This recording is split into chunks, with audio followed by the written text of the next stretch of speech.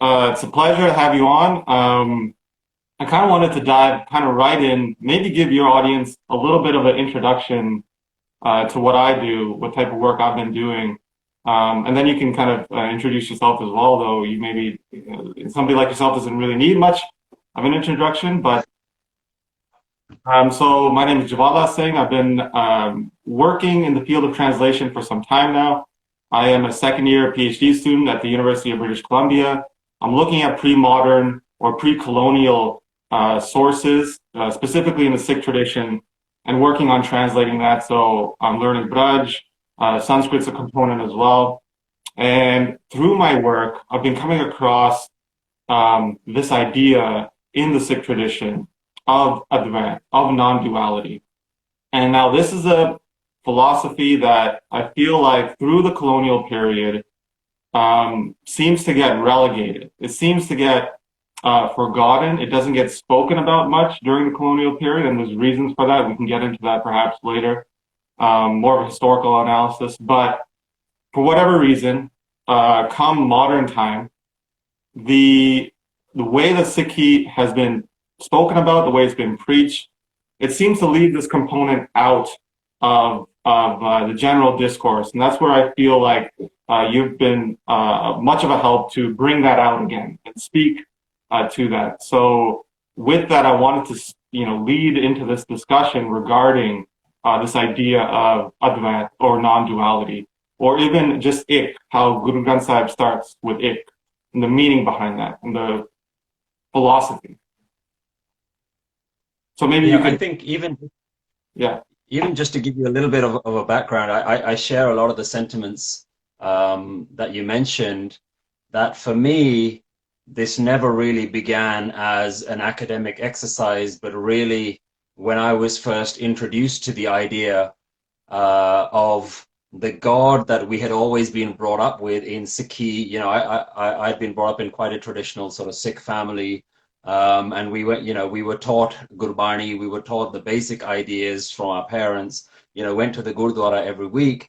And it's only in my early 20s when I discovered that the God that we've always been talking about was actually fundamentally different to the God that Gurbani is actually talking about. The God of Gurbani seems to be completely different to the God of the Sikh religion that I was brought up with. And that to me was my introduction to the whole thing. And the key difference was that the God of Gurbani is related to me in some way, is somehow connected to me. It's not just this being in the sky that you pray to and you fear and you go to ask for nice things. It was fundamentally connected to the very nature of who you are. And when I got introduced to that, initially as an idea, it fascinated me. But then when I was introduced to the meditation side of Gurmat, to actually go and look within myself, that's where things really started changing. So I've always said to people that I don't claim to be somebody who is maybe technically very accurate, or maybe somebody who studied all the granths, but I almost feel like you don't need to necessarily be a studier of all the granths, when really the Guru is trying to say, go and study yourself and go and find that. So to me, when I understood Gurbani from that perspective, I came to exactly the same conclusion that you did, having read all the history of it, was nobody seems to be talking about it. The God of the Sikh religion, the God in the Gurdwara, was very much this standard, almost Christianized definition of God, which is always something outside of you, always something greater and bigger than you, to be feared, to be respected, but never to be found. There was no concept that you had to find it. If anything, you just had to revere it or fear it. And when I understood that there was such a disparity between my own personal experience, what I was reading in Gurbani and what was being taught was so great that I was compelled to just do whatever I could. And what I could was to do talks like I was doing in at Sikh camps and Gurdwaras anyway, but now introducing this idea. And then later on, it just evolved into a YouTube channel. And then now it's become a full-time charity and what I've dedicated my full-time work to. So it's been an interesting evolution for me as to how did I get to this point where now all of a sudden I seem to be speaking something that seems quite alien to the ordinary Sikh community, but really is not alien to Gurbani at all. Right. And just for a little bit of a background, maybe we can speak to that a little bit more about the difference in perception and what that kind of creates. You know, you mentioned that looking within, the divinity was very much a part of you, right? And that type of perspective versus a perspective where the divinity is something quite distinctly different from you. It's something you look upon as opposed to you feel. Kind of maybe kind of go into, you know, the differences, what's the effect of that? You know, what's the effect of the community being disengaged with, you know, that key component of the philosophy? Well, I think the interesting thing there is that we still hear people say very fleetingly these comments like, oh, God is inside you. But that seems to be as far as it goes. Nobody seems to ever want to explore that any further or to try and unpack that in any way or talk about how do you actually go and discover that God within you. That never seems to be part of it. It's just taken for granted that God is inside you, but you don't need to look there. It's still the big Babaji in the sky. And so what ends up happening is you end up with a religion of God worship, rather than a lifestyle of divine experience, a lifetime of divine discovery and awakening. What you do is you shield yourself from yourself. You don't ever look at your own ego. You don't ever look at what's going on within yourself. As long as you're doing the stuff that the God in the sky is happy with, or that his appointed gurus or his appointed messengers have told you, as long as you follow all those rules, then you never need to go and look within yourself. You never need to actually go anywhere. You don't need to touch what's happening in here in any way. All you need to do is just do the right things. And certainly from the things that I was seeing, very much this was the case, that everyone was just convinced that the more you do, so you became, you know, if you were someone who was not a practicing Sikh, the way that you proved that you were a practicing Sikh was that you started doing all the ceremonies and the rituals and the things that were associated. So you would look a certain way, you change the way you look, you change the Bani that you read, the Sangat that you're with, and then all of a sudden you've done all of these external things and you've convinced yourself, oh, I'm now on the right path. But Gurbani's message is very clear. The right path is going within yourself. So we see this Sunya Manya Man Ki Tapao Antargat Tirat Malnao. The idea of going within yourself is very clear. It starts from Japji Sahib, and it's literally, you can't avoid it. If you read Gurbani, it's everywhere in Gurbani. The idea of Apachan, recognizing yourself. But that doesn't seem to be the conversation in the Gurdwaras. The conversations in the Gurdwaras is always just about the historical gurus, the historical Gursikhs, and very almost superficial characteristics. So they were really kind, they were really good, they did lots of seva, some of them were walking backwards, and some of them were carrying things on their head. And while I don't deny any of those things actually happened, that's not what a Gursikh is. The Gursikh is the one, as defined in Guru Granth Sahib, as the one who goes within themselves. So we just ended up with this mass of people who say that they're following Guru Granth Sahib Ji, but really nobody is actually talking about what Gurbani is saying that you need to do for yourself. Yeah, I'm just wondering what amount of space do we allocate? Because certainly, you know, prescriptions in regard to conduct, you know, the Vietnamese and certain prescribed codes, certain routines, you know, for example, waking up early in the morning, you know, bathing, these type of routines are certainly clearly mentioned, and they have a space within the tradition. I'm sure you would agree, right? But if we only focus on those, I guess your point is if we only focus on those, then we're missing the core elements of the philosophy. Like you said, it starts from the start, Japji side, right? Maybe you can, I think, dig into even before that, like the ik in Oankar. What does that what does that mean to you in terms of the philosophy? Like, how would you conceptualize that, the oneness? Because people think this is a difference here that's, I feel like it's really important, is that if you think of that as one God, then it becomes an external thing. But if you think of that as one unity, right, then your perspective upon the philosophy changes. Maybe you can kind of speak to that a little bit. Yeah, I think starting with the point on the Reet is absolutely undeniable that it's there. The procedures and the lifestyle that's been prescribed is completely there. What I feel is missing is the context for what that lifestyle is trying to do. That comes from Gurbani. Gurbani tells you what it is that you're trying to do, and it even tells you the how. So once you understand that first, then you understand the reason for waking up in the morning. There's a beautiful line in Guru Granth Sahib that says, Manmukh har har kar thakke, that there's a manmukh way of doing Naam Simran. There's a way of repeating with your tongue and believing that you're doing the right thing, but you're still within the self. So there's the wrong way of doing Naam Simran, and people have not really sort of ever talked about that, and I've certainly never heard people bring that idea up. There's a wrong way of doing Naam Simran, so you're only ever taught that doing it. So understanding oneness first, and this is why Guru Granth Sahib is so important in how it's structured. The very fact that it starts with ik, everyone says, oh, it means there's one God.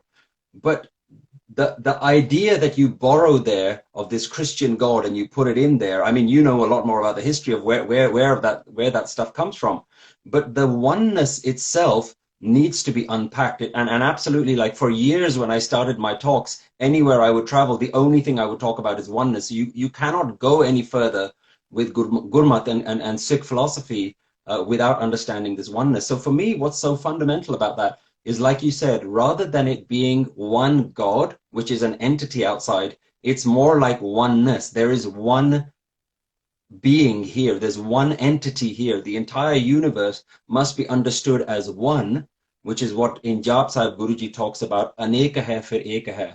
It's one that looks like many different things. It's one being, call it God if you need to, pretending to be many different things. And so when you understand it from that perspective, you realize that what you are is not something that's separate from God, but really you are God pretending to be you. And that just changes your whole understanding of yourself. The very nature of me is now no longer a actual thing. It's an illusion. The me itself is the illusion. And what's interesting is when you start to understand this idea at the very fundamental level, Gurbani is saying that all that there is oneness. The entire universe is essentially one being that has created many different forms of itself.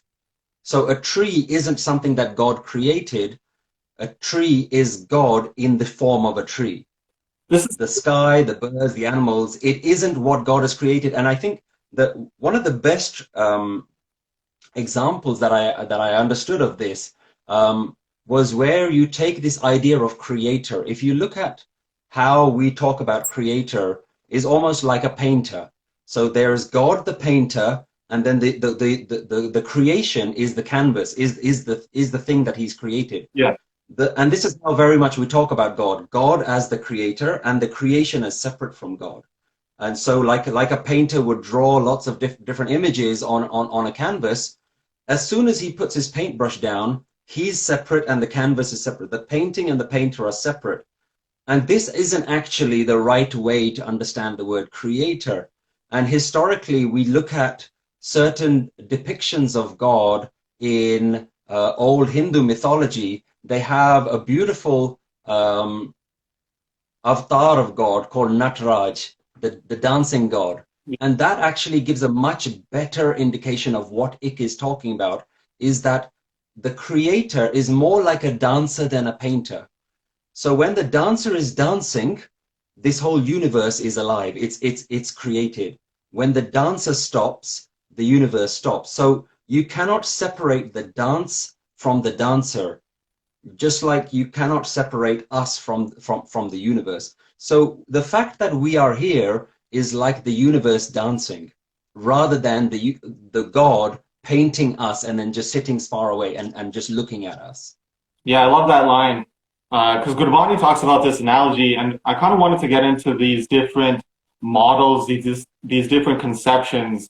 In regard to the dancing, there's a beautiful line by Guru Arjan Dev Ji who says this. He says, Bajigar jaise baji pai, nana rupe ek dikhlaye. So just like a dancer, just like a bajigar takes multiple forms in the same way and deceives people by doing that. Like dancing, will get dressed in another form and dance again. People think it's a different actor, it's a different person. But then it says, sang utar thamyo pasara tab eko ekankara. So when the dancer then comes off the stage, takes the mask off, they realize it's that one. And then it says the next line, tab ekankara. Then people realize it's just that one behind everything. That like substrate. So one actor playing many different characters is how we must understand it. So what becomes so fundamentally important there is that everything that you're looking at is essentially God acting as different characters. But this is where most people forget the one step. The one in you looking at the other people is also God. So it becomes God looking at God. This is why I kind of want to dive into this idea of a dream. This idea that the world is a dream gets talked about a lot. Guru Tegh Bahadur is famous of saying this in Slok Mahala Nava, the world is like a dream. It's often misunderstood though, I think. And I wanted to speak about it a little bit because dreams are fascinating in the sense that in a dream, you are manifesting the dream yourself. Yet while you're manifesting the dream, you yourself are also a character within that dream. And totally unrealizing that it's a dream. So you're acting out this character in a dream. You've manifested the entire dream around yourself. You've forgotten that you've manifested it, and you're playing this role in it. And it vanishes in a second as well. So it's often misunderstood, that line. Maybe you could speak a little bit about it as well. Like, why is this idea of a dream used in philosophy? Like, why is the world conceptualized as a dream? I think what's really interesting about the dream analogy is the very fact that the key component there is you need to be asleep. And so that's the key thing there, is that you are asleep, which means that, as you said, while the dream is going on, nobody's asleep in their dream. They're awake in the dream. So they believe that they are awake. They believe that everything that they're seeing is absolutely real. But the reality is that you're just lying in your bed. No matter where in the world you are, no matter what your dream is showing you, you may be flying or you may be on holiday somewhere. The reality is you're lying on a bed and you're asleep. And so the truth of the analogy, what it's trying to say is that no matter what you think is going on in your life right now, you're doing it in an unconscious way. You've forgotten that there is something inside that needs to be awakened. So as long as you believe the dream, as long as you're completely oblivious to the fact that you're dreaming, as long as you're just absorbed by the illusion of the dream, you're at no point able to snap out of it. And then this is where a guru, enlightened master, somebody has to come to show you that you're asleep. And this is where the analogy becomes something that's really important for you, that we don't have to just, the dream for us doesn't just mean that we're looking at the world and we've forgotten that there's a God. We've forgotten a fundamental reality about ourselves, is that we ourselves are asleep. So then the big question becomes, well, what is the analogy trying to tell us? What is the meaning of being asleep in our life? And really what it means is the dreamer believes that it is real. And so this is where the analogy becomes a little bit, needs to be unpacked a little bit. We believe that this character that we call the myself, me, myself, and I, we believe that this character to be a genuine character. It's like in a play, the character believes it is the character and doesn't understand that there's an actor playing that role. And so that's how we're living our life. And so no matter what you do, as long as you believe that you are the character that you are, like I believe I am Satpal, you believe you are Jvalaaa, as long as you believe that, then it doesn't matter how religious you are or what you're doing in that dream. The true thing is that you must realize the true nature of what you are. And what you are is not you, it is the divine playing you. Right. And so the key concept that then comes in, when you can't talk about oneness without the thing that's stopping your oneness, this thing that's stopping you from experiencing this oneness. And this is where Gurbani really spends the rest of its effort trying to help you understand. The thing stopping you understanding the oneness is then what Guruji calls Home, the myself. And again, one of these concepts that's been completely misunderstood as self-importance. Home doesn't mean self-importance, it means yourself. You believe that yourself exists, not that you believe you're more important. And we have some of the real limitations of translation coming in here, where Home is translated as ego. Yeah. And ego used in normally everyday English is used to mean that I'm superior to you. So as long as you walk around being humble, you believe, oh, well, I'm humble. I'm not superior to anyone. I'm small. I'm a puppy. You're not a das. You know, these kind of languages that we use to pretend that we are humble, that we don't believe ourselves to be superior. Then we think that I've got rid of the home. But no, Gurbani is really saying you yourself, the belief that you are yourself is the thing that needs to be eradicated. So oneness now becomes not a journey about finding the oneness, but about losing the home. This is something that I think requires a little bit more unpacking in regard to that idea for us, maybe, because we've engaged with it for so long, seem very simple, but that idea is very, difficult to understand. Basically, would you say it's something of the sort of a self-annihilation, like this idea, this hallucination, if it would be, of this conception that you are a thing, that you are something distinct from something else? Is it this concept that needs to be eliminated? And then what does that do then in the world if that goes away? What's really interesting about that is at some point, all analogies and all explanations and concepts have to stop, because you have to go within yourself. You have to experience spending time with yourself and understanding, what am I? And the easiest way the analogy that I feel works really well is if you look at an onion. Every part of an onion is just one layer upon another layer. And the further you go, the more layers you start to unpeel. And really that's what we are. And every part of us that we think is us, really, you have to go further and further within yourself.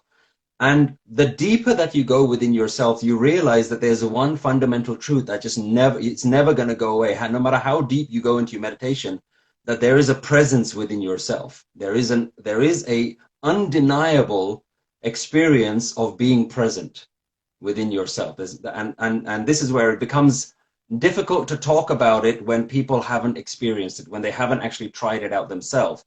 And so you must go, and I always tell people, you cannot read this stuff. As much as you read it, which is very important to understand it, at some point you've got to stop reading the wisdom and start reading yourself, and start actually going within yourself and understanding, what am I? What is the nature of me? What do I believe myself to be? And you can, with the right guidance, you'll understand, well, I believe myself to be this body. I believe the thoughts in my head. I believe all of the attachments. And Gurbani really talks about these three things, tan, man, dhan. These three ideas that you hold on to, that you're attached to: your body, your thoughts, your opinions, and your possessions. So all of these three things are really things that you've got to go within yourself and start to understand, what are they? Who is holding on to them? Who believes that they are the owner of these things?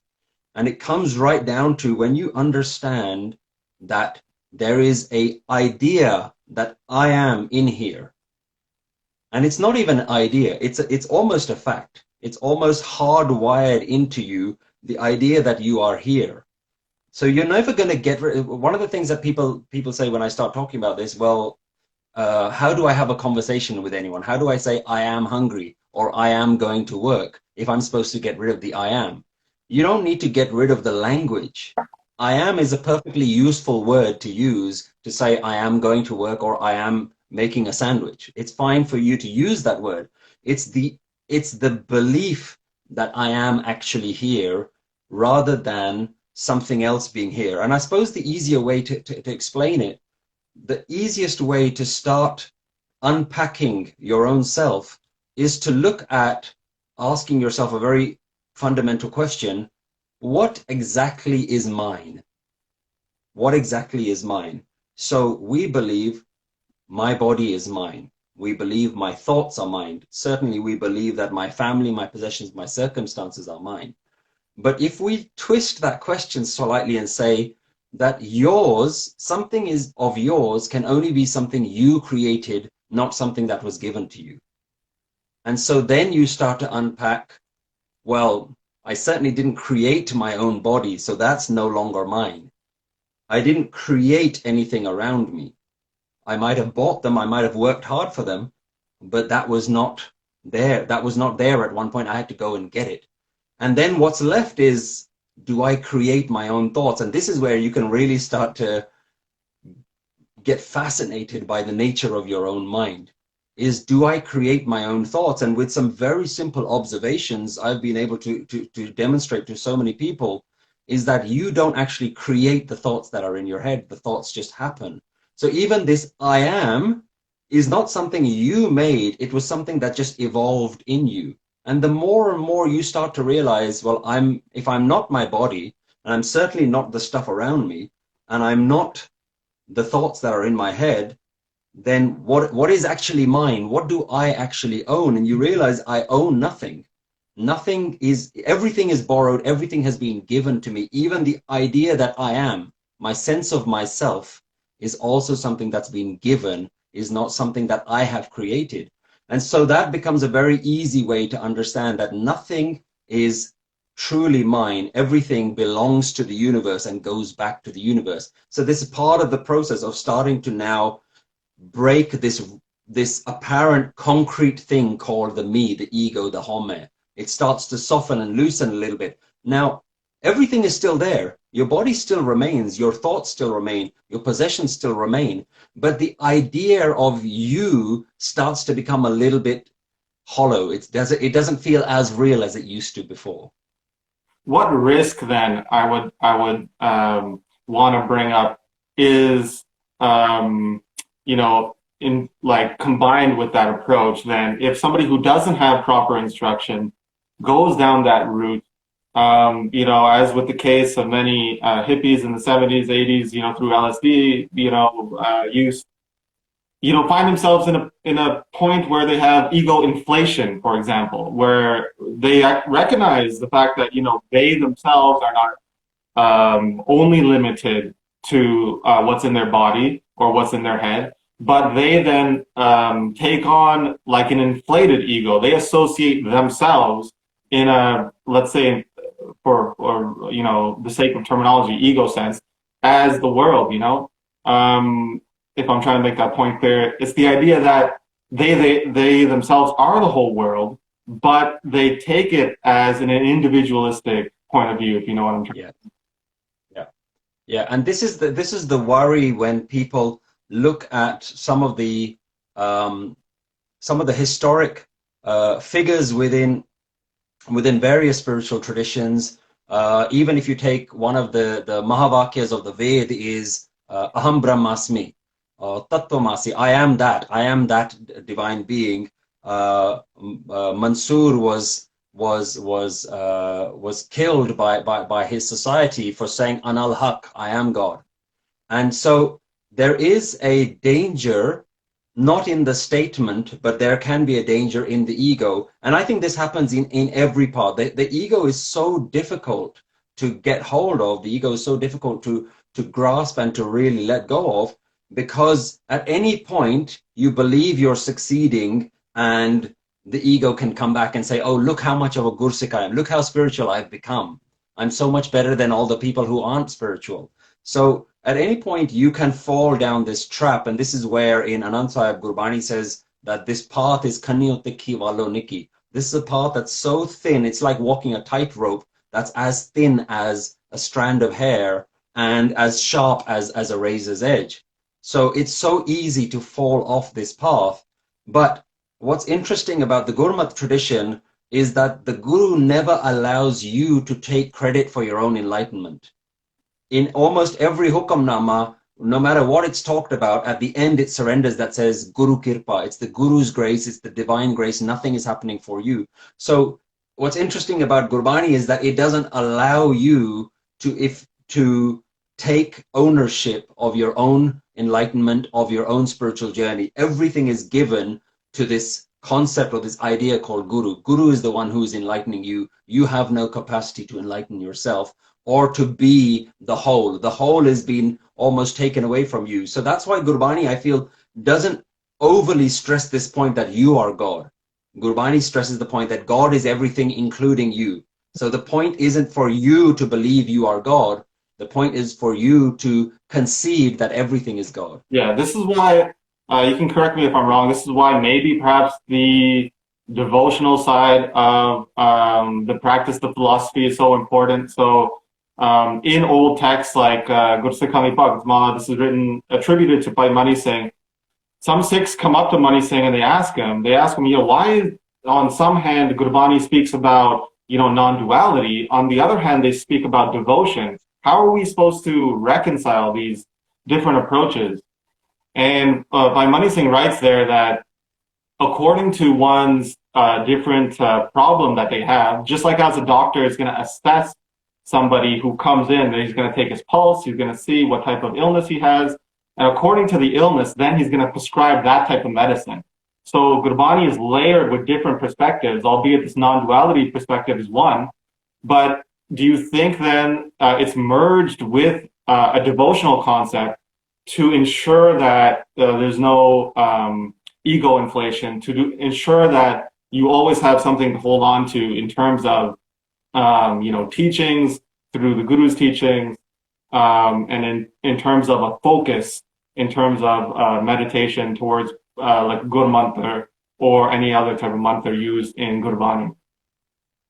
I think devotion is a really interesting idea, because when you have the idea of devoting to someone, what's really interesting about that is it's very easy within Bhakti, within devotion, to create a duality. There's me, and then there's a God that I'm devoted to. What an idea that's fascinated me is, how does devotion fit in with non-duality? Is it one or the other, or can you have non-dual devotion? And I think it's very possible, and I think this is where the interesting thing about what Gurbani is trying to do is, it really tries to sit comfortably in this area of non-duality and devotion as well, which I don't think necessarily have worked in the past, but Gurbani seems to do it really well. And the idea there, certainly on a very simplistic level, is that you have to surrender to something bigger than you. You have to completely allow yourself to fall in love with this idea that you're connected to something much greater than you. And I think love becomes a really interesting part of devotion here, because in love, you lose your sense of self. Anyone who's gone through a truly romantic relationship and experience love at a very deep level, you realize that what love does is that it starts to even love starts to break the foundation of what you are, because you and your lover seem to be so close that you can even feel them all around you, inside you, even when they're nowhere near you. You can feel their presence inside you. So devotion is also a very interesting part. What Gurbani is trying to do there is it's trying to give you the non-wisdom way of doing it. You don't have to calculate devotion. You don't have to read devotion. It's just something that you practice. It's not something that you need to go and read the books about. It's a very practical way of connecting with that wholeness, with that oneness. But you've always got to do it under the guidance of the Guru. The Guru has to constantly remind you, hey, don't fall so in love with this outside thing that you forget that it's also you. So the devotion then becomes mind singing to the greater self. And I always say that devotion is not me singing to God, it's mind singing to the totality. And so the mind has to realize within the devotion that the purpose of the devotion is to lose the sense of self. You cannot do devotion always to a God that doesn't affect you. The devotion can't always be God calling. It has to be something which is God realizing, that you singing that everything is you, this is you, tu hi, that eventually you fall so deep into that devotion that you lose your sense of self. So the destination is always the same, whether you take the Giaan Marg or you take the Bhakti Marg, the destination is exactly the same, which is to lose the sense of individual self. Right. It's interesting, in like interpretive frameworks written down by people like Bhai Mani Singh and Bhagat Mala, it mentions how, for example, the Bhakti Marg, like you said, will take you there, albeit it solves different problems. So if the student, if the Sikh has a different type of problem, you know, that prescription, that way of devotion, that way of practice is better for them.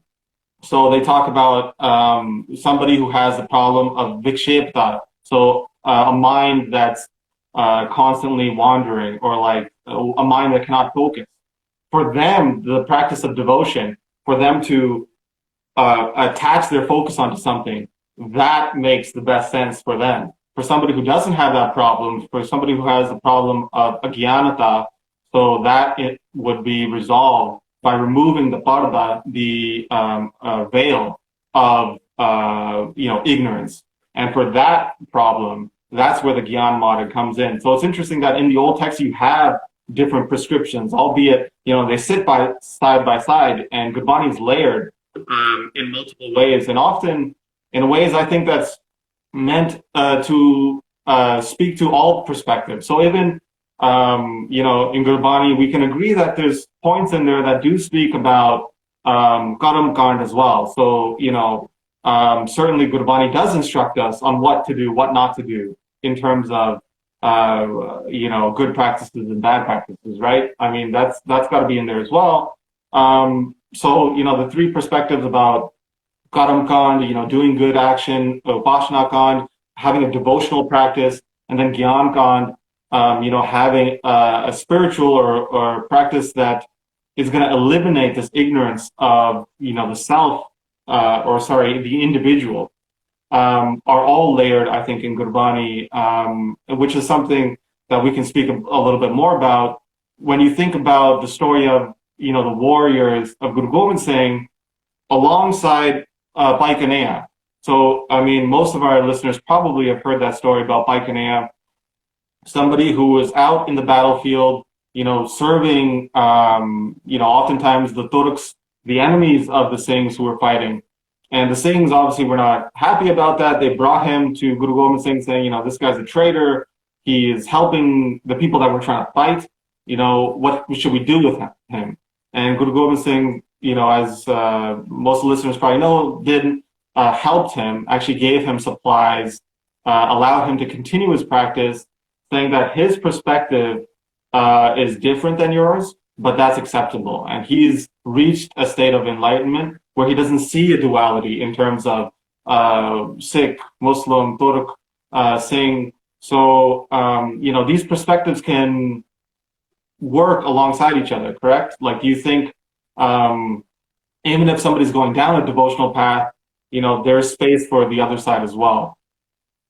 What do you think? Yeah, and I think what's interesting is that people haven't necessarily understood that within Sikhi there are multiple different routes to enlightenment, and I think we've very much got this idea in modern Sikhi that there's a one-size-fits-all solution. But really, even if you look at Gurbani, there are some verses in Gurbani that are purely devotional, and some that are very clearly down the Giaan Marg of self-realization. There's a beautiful line that talks about Kathata Bhakta Sunata Soe Aap Bichare So Gyani Hoye. The one who is speaking and the one who is listening is that divine itself, and the person who goes and self-reflects, Aap Bichare So Gyani Hoye, they're the real Gyani. So that's really talking about the Giaan Marg.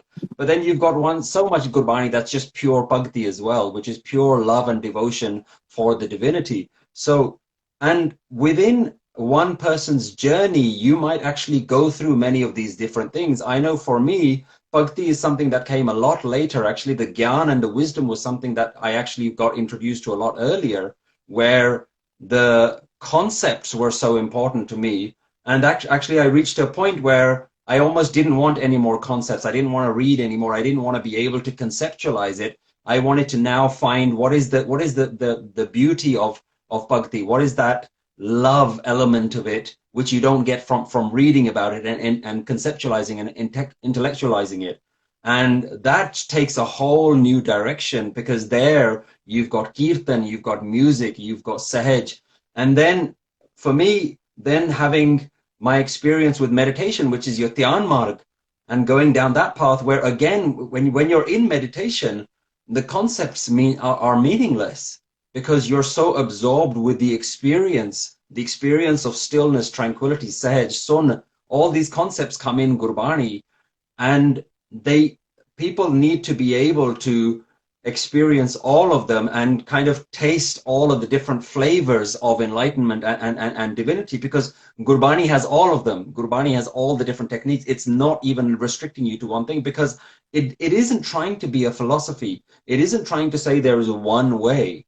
It's basically saying, here are all the different options, and no matter which one works for you, you're going to get to the end point, as long as you have the Guru, which makes Gurbani so phenomenal that it actually is a spiritual guide of all the major different ways of enlightenment, whether it's meditation, whether it's conceptual, whether it's seva, or whether it's bhakti. All of the different options are in Guru Granth Sahib. And we need to allow people the room to explore all of these different aspects, rather than just kind of giving them a one-size-fits-all solution. It's really interesting you mentioned there, like, I wanted to speak about that a little bit in regards to, wisdom itself, Giaan itself. People talk about Giaan. What does it mean? There's two types of Giaan that people speak about. There's Paroksh Giaan. Paroksh means Pare Aksh, from somebody else's eyes. So books, for example, give Paroksh Giaan. They give conceptions. They give metaphors. They give analogies, to speak about what wisdom is like.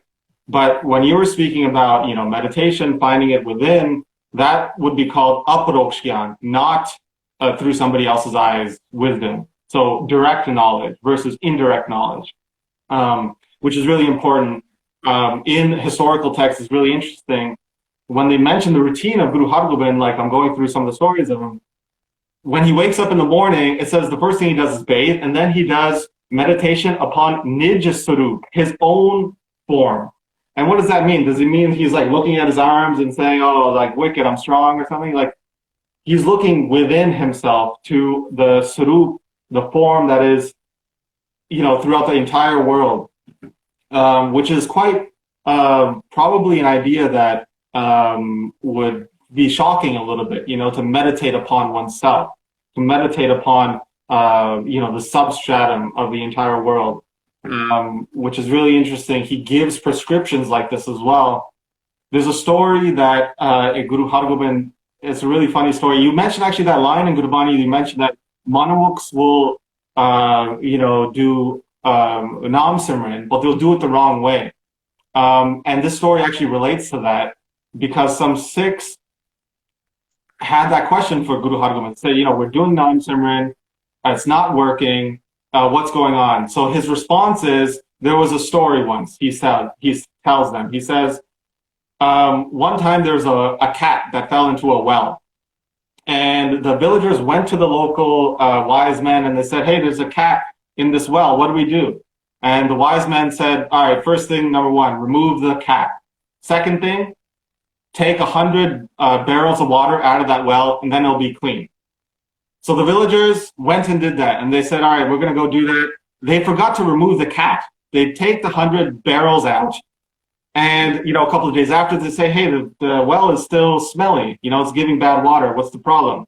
The guy said, did you remove the cat? And he said, oh, damn, we forgot the first thing.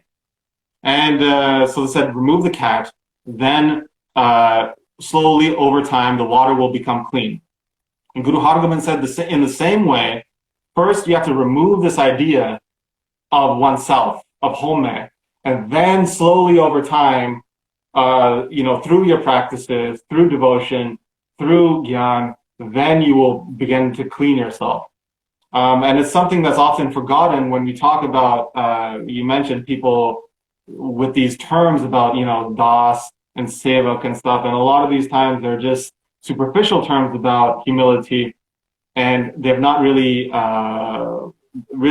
taken in the full extent of what humility means, right? And how that's really the first path to entertaining any of these paths, where we talk about the Bhakti Marg or the Giaan Marg. But I just wanted to carry it further a little bit because we only have 10 minutes left. I wanted to talk about what this philosophy does to one's perception, how they interact with the world differently when they start to see consciousness everywhere. For example, people talk about 3 states of avasthas, 3 states of being. Jagrat, awake state, Supanavastha, dream state, and Sukopa, deep sleep. And in many ways, consciousness has been conceived of being, all-pervading. Consciousness does not only reside in the minds of humans. Consciousness is even in a rock. It's even in a dog. It's even in a cat.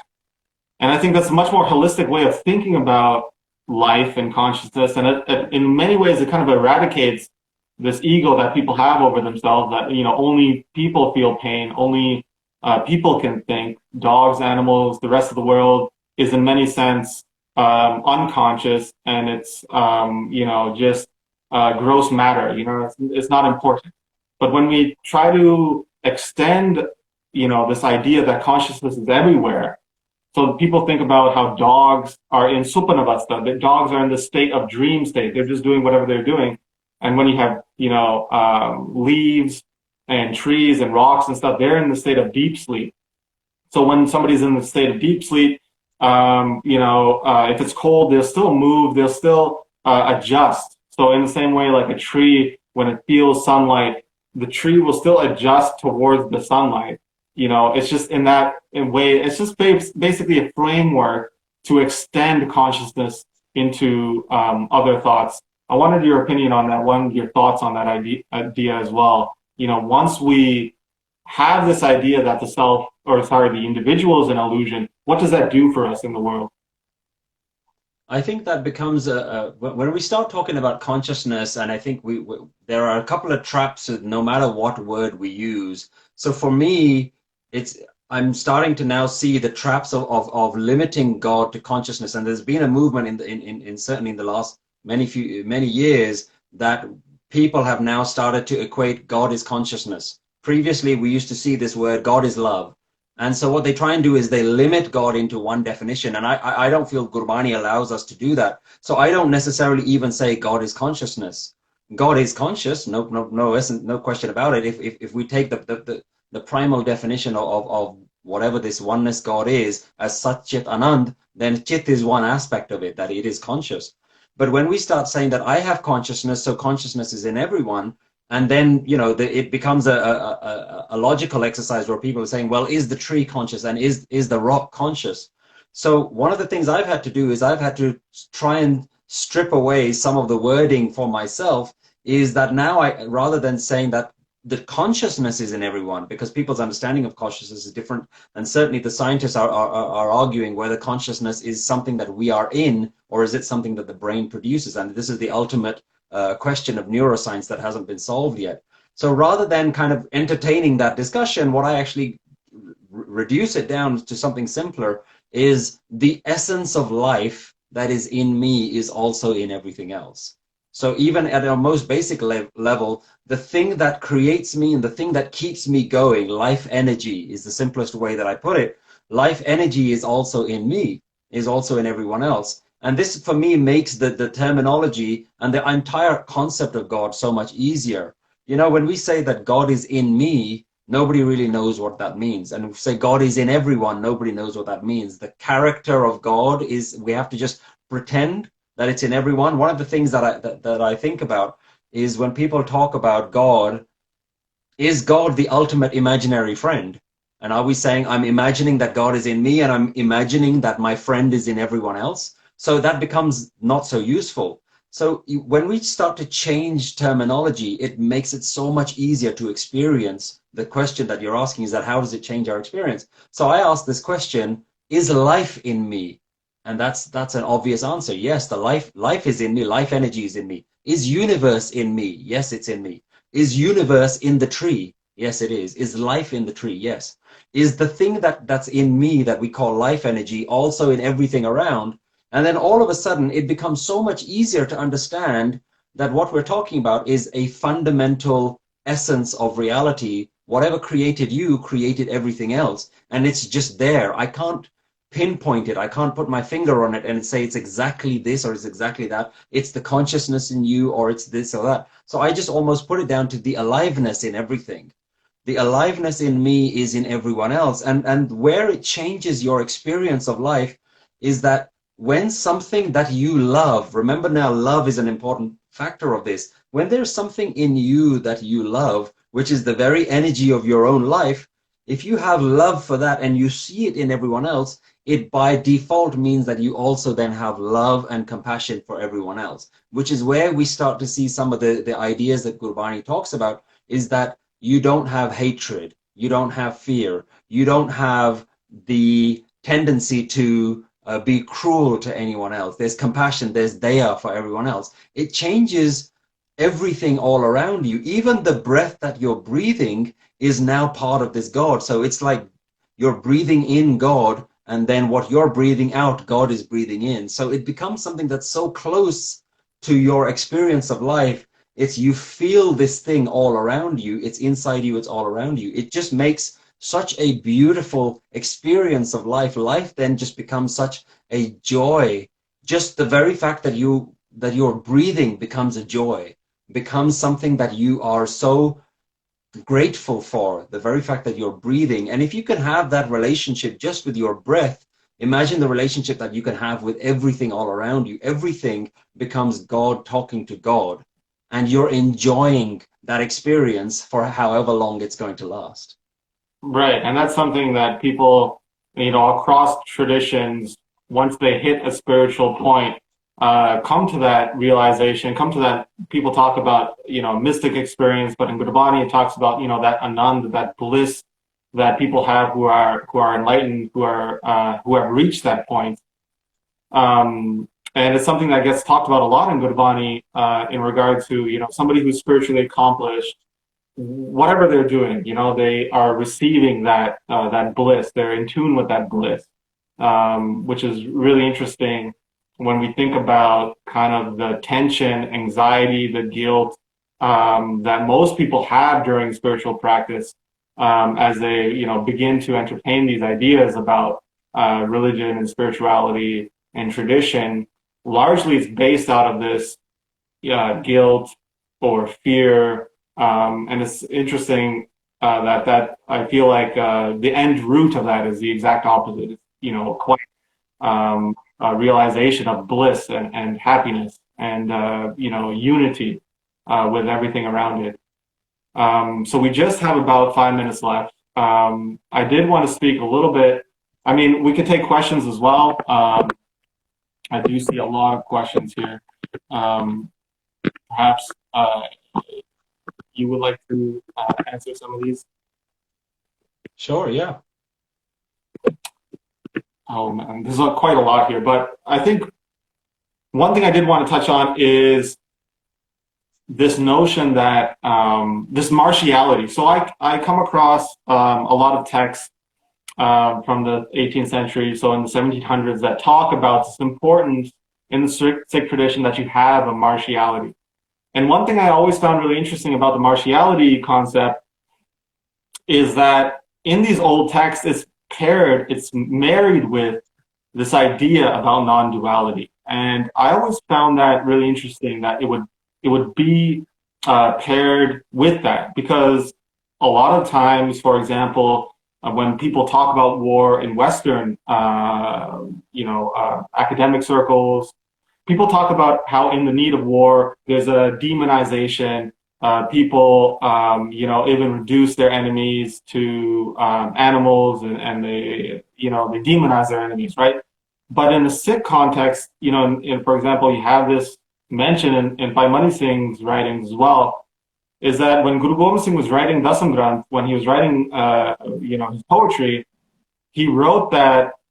Bhai Mani Singh's explaining the need for Guru Granth Singh's writings, is that not only was there martial components within his writings, but he was also giving that level of Giaan, that level of wisdom, so that the warriors themselves would go into battle fearless. They would understand that this idea about the individual is false anyway, that what need to protect, something that's going to be turn into dust anyways in a few years.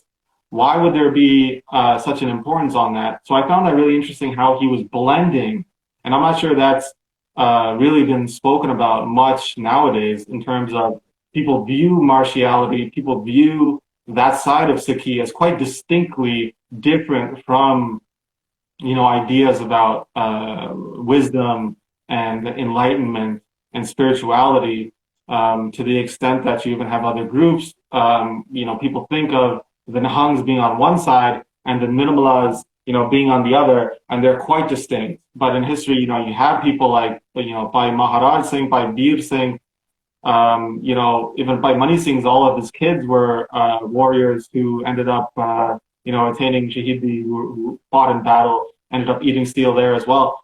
So maybe it's something you can kind of touch on as well. How do you yourself conceive of that apparent duality between the two philosophies?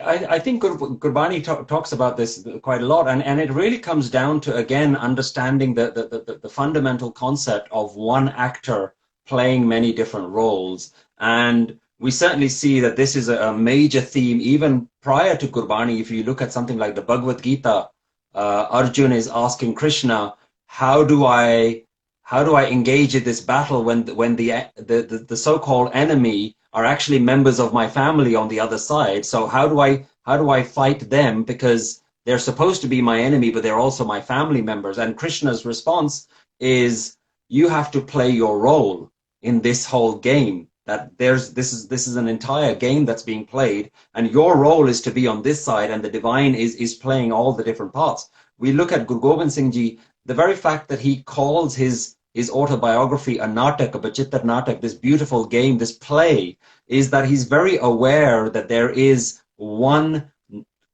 being, oneness, one character, one actor playing all the different roles. And so you realize through your own spiritual practice that you cannot die. There's a part of you that cannot die, and then there is the physical part of you that will definitely die.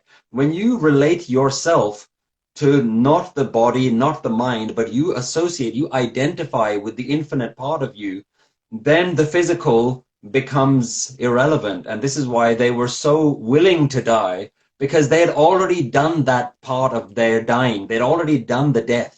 They'd already committed that this body is going anyway. They've got that level of realization, but they also realize that everything around them is also going to die. So there isn't this kind of guilt, or should I kill this person, or there is no me. There's just an understanding that the wholeness is playing all the different parts. But I think it's important that you don't use that as an excuse, because a novice is going to look at this answer and say, well, that gives you a free license to do whatever you want. Then you can just go and kill anyone or commit any sort of crime, because you're saying, hey, oneness is doing it to oneness. Yes, that's always a problem, but that's your focus is not to get away with murder.